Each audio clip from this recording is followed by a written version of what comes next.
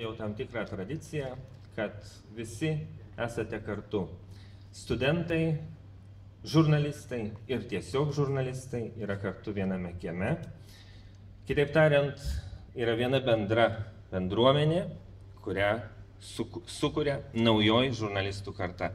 Tai labai smagus ir nepaprastai džiugus dalykas, bet kartu mane kaip žurnalistikos studijų programos vadovą net ir dabar kai kurie dalykai nustebino, net nežinojau, kad šitas leidinys reikalingas paramos. Tai gal ir taip, ką žinau. Manau, kad universitetas visą ką paremė, bet jeigu jaunieji autoriai taip mano, kad dar reikia kažkom paremti dabar iš profesinės aplinkos, ką padarysi. Labdaringai gal ir studentai mieliai nenori dirbti. Kitas dalykas, kuris tikrai džiugina, tai yra studentų pasirinkimas labai rimtai pažvelgti į žiniasklaidos sistemą ir šiuose dienose, šiuose liežudy arba nežudyk, kaip ten skamba dienose, yra pasiūlyta tiriančiosios žurnalistikos tematika. Prieš keletą metų, birželį, kai mes atidenginėjom lentą Bernardinų 11 Vytui Lingiui, irgi diskutavom apie tai, kuo Lietuva išsiskiria ar kuo nesiskiria nuo tų šalių, kuriuose yra nemaža korupcija ir kuriuose yra nemažas nusikalstamumas, bet ar yra iš tikrųjų pakankamas lygmuo tiriančiosios žurnalistikos.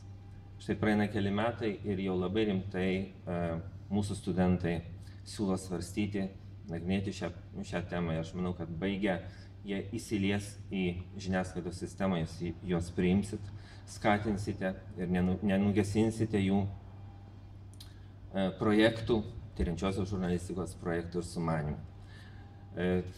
Mes lygiai taip pat džiaugiamės, kad studentų iniciatyva galime pasiremdami pasitikti tuos svečius, ar čia iš Lietuvos, ar iš užsienio, apmokėti jų buvimą ir žiūrėti, kaip jauni žmonės diskutuoja apie tai, ką reikėtų patobulinti žiniasklaidos sistemoje, ką padaryti geriau, kokiu priimti galėtų būti žurnalistika, rytdienos žurnalistika, kuri šiandien turi taip daug neišsprendžiamų problemų ir vargu ar visas jas iš tiesų išspręs.